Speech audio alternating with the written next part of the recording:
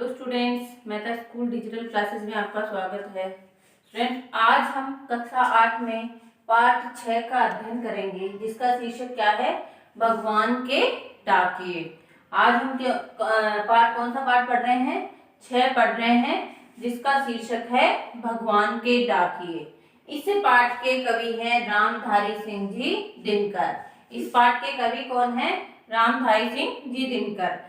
पाठ के शीर्षक से हमें पता चल रहा है कि भगवान के डाकिये कौन होते हैं। भगवान के डाकिये जो भी हमारी प्रकृति होती है, जो भी हमारी प्राकृतिक उपादान होते हैं, वो क्या होते हैं? भगवान के डाकिये होते हैं। तो इसमें जो कवि रामधारी सिंह जी दिनकर हैं, उन्होंने इस कविता के माध्यम से हमें क्या बताया है?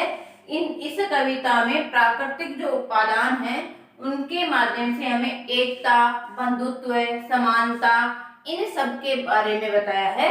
इन सब के बारे में संदेश दिया है कि हमें हमेशा एकता की भावना से रहना चाहिए, समानता की भावना से रहना चाहिए, विश्व बंधुत्व की भावना हमें हमारे मन में हमेशा बनाए रखनी चाहिए। किनके माध्यम से दिया है?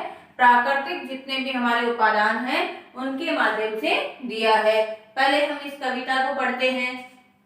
पक्षी और बादल ये भगवान के डाकिये हैं, जो एक महादेश से दूसरे महादेश को जाते हैं। हम तो समझ नहीं पाते हैं, मगर उनकी लाई चिट्ठियां पेड़ पौधे पानी और पहाड़ बांचते हैं।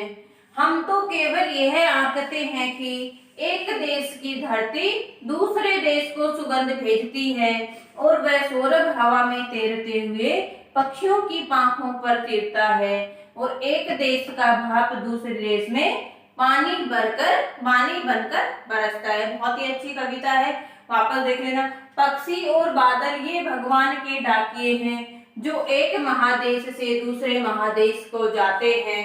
हम तो समझ नहीं पाते हैं, मगर उनकी लाई चिट्ठियां पेड़ पौधे पानी और पहाड़े बांचते हैं। हम तो केवल यह आंकते हैं कि एक देश की धरती दूसरे देश को सुगंध भेजती है, और वह सौरभ हवा में तैरते हुए पक्षियों की पांखों पर तैरता है, और एक देश का भाप दूसरे देश में पानी बनकर बरसता है। कवि कौन है? रामधारी सिंह जी दिनकर। कवि कौन है इसके? रामधारी सिंह जी दिनकर हैं। अब पहले इसके अंदर जो भी कुछ आए हुए हैं कठिन शब्द हैं उनको देख लेते हैं। इनमें से हम आराम से कर सकते हैं। बांचते हैं, बांचते हैं क्या होता है? पढ़ते हैं हम। बांचना अर्थात पढ़ना। आंकते हैं, अनुमान लगाना। आंकते का क्या हो जाएगा? अनुमान लगाना। सौरभ अच्छी सुगंध या अच्छी खुशबू। सौरभ का मतलब क्या होता है? खुशबू या सुगंध जो क्या हो? अच्छी हो। पांखों, पांखों यानी पंख या पर जो होते हैं पक्षियों के, पर या क्या होते हैं? पंख जो होते हैं वो क्या होते हैं? पांखों को कहा गया है। ठीक है, एक बार देख लेना। अब इसका भावार्थ हम देखते हैं। पक्षी और बादल ये भगवान के डाकिये हैं, जो एक महादेश से दूसरे महादेश को जाते हैं। कवि रामधारी सिंह जी दिनकर क्या कहते हैं? पक्षी और जो बादल हैं वो क्या है? भगवान के डाकिये के समान होते हैं। क्या होते हैं? भगवान के डाकिये के समान होते हैं। जैसे डाकिया जो होता है एक जगह से दूसरी जगह संदेश पहुंचाता है। डाकिया क्या करता है? एक जगह से दूसरी जगह तक संदेश को पहुंचाता है। उसी तरह से पक्षी भी क्या करते हैं? एक देश का संदेश दूसरे देश में पहुंचाते हैं, लेकिन उस संदेश को हम समझ नहीं पाते हैं। मनुष्य जो होता है वो क्या होता है? उसकी संकीर्ण विचारधारा होती है। उसकी विचारधारा क्या होती है? संकीर्ण होती है, तो वो उनको समझ नहीं पाते, उनकी भावनाओं को। मगर उनकी जो लाई हुई चिट्ठियां हैं, उनके जो संदेश है वो कौन पढ़ता है? पेड़ पौधे पानी पहाड़ और पहाड़ बांचते हैं। अर्थात प्रकृति ही उनके संदेश को समझ पाती है, उनकी भावनाओं को समझ पाती है। वापस से देख लेना। पक्षी और बादल क्या हैं? भगवान के डाकिये हैं, जो एक देश से दूसरे देश में जाते हैं। पक्षी जाते हैं, बादल भी क्या करते हैं? बादल यहाँ से भाप उठाएंगे तो दूसरे देश, ये नहीं है ना कि भारत में ही उनकी वर्षा करेंगे, ऐसा तो नहीं है भाई। ऐसा तो नहीं है ना कि जो बादल यहाँ से बन के गए हैं वो केवल भारत में ही बरसात करेंगे, है ना। उनके लिए कोई भी अलग नहीं है, वो सबको समान मानते हैं, वो कहीं पर भी बरसात कर सकते हैं। तो एक देश से दूसरे देश में वो जाते हैं, लेकिन हम तो समझ नहीं पाते, हम मनुष्य हैं, हमारी विचारधारा क्या होती है, बहुत ज्यादा महान नहीं होती है, संकीर्ण विचारधारा होती है। हम विश्व बंधुत्व की भावनाओं को अच्छे से नहीं समझ पाते हैं, भेदभाव आ जाता है हमारे दिमाग में। लेकिन पक्षी जो हैं उनके दिमाग में, या बादल जो हैं उनके मन में ये सब नहीं आता, तो उनके द्वारा जो भी संदेश लाया जाता है वो संदेश हम नहीं समझ पाते हैं। लेकिन उनके द्वारा लाई गई जो भी चिट्ठियां हैं वो कौन पढ़ता है, पेड़ पौधे, पानी और पहाड़ जो हैं उनके द्वारा जो भी संदेश लाया जाता है वो पढ़ते हैं। हम तो केवल यह आंकते हैं कि एक देश की धरती दूसरे देश को सुगंध भेजती है।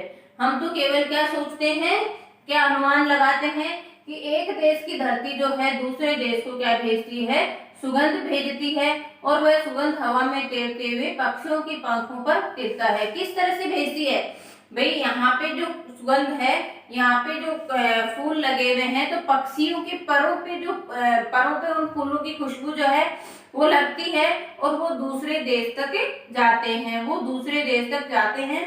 तो हम क्या अनुमान लगाते हैं कि पक्षियों के माध्यम से एक देश की धरती जो है वो क्या करती है, दूसरे देश में अपनी जो सुगंध है वो भेजती है। पक्षियों के पंखों पर टिकता है, पक्षियों के पंखों के ऊपर क्या होती है, वो खुशबू तैर करके एक देश से दूसरे देश में जाती है, और एक देश का भाप दूसरे देश में पानी बनकर गिरता है। क्या कह रहे हैं कवि कि जो प्रकृति है वो बिल्कुल भी भेदभाव नहीं करती है, सबके साथ क्या करती है, समानता का व्यवहार करती है।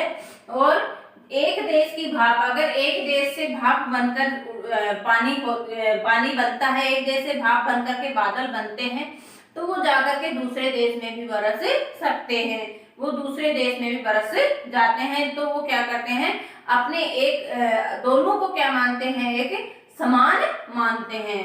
प्रत्येक देश को वो क्या मानते हैं, अपने ओर से समान मानते हैं। ये नहीं सोचते हैं कि अगर ये ये जो भाप बनी है ये भारत से ही बनी है, तो इनकी बरसात जो है भारत में होगी, ये भाप जो है अमेरिका से बनी है, तो इनकी बरसात अमेरिका में होगी, ये भाप जो है पाकिस्तान में नहीं जा सकती। ऐसा तो नहीं होता।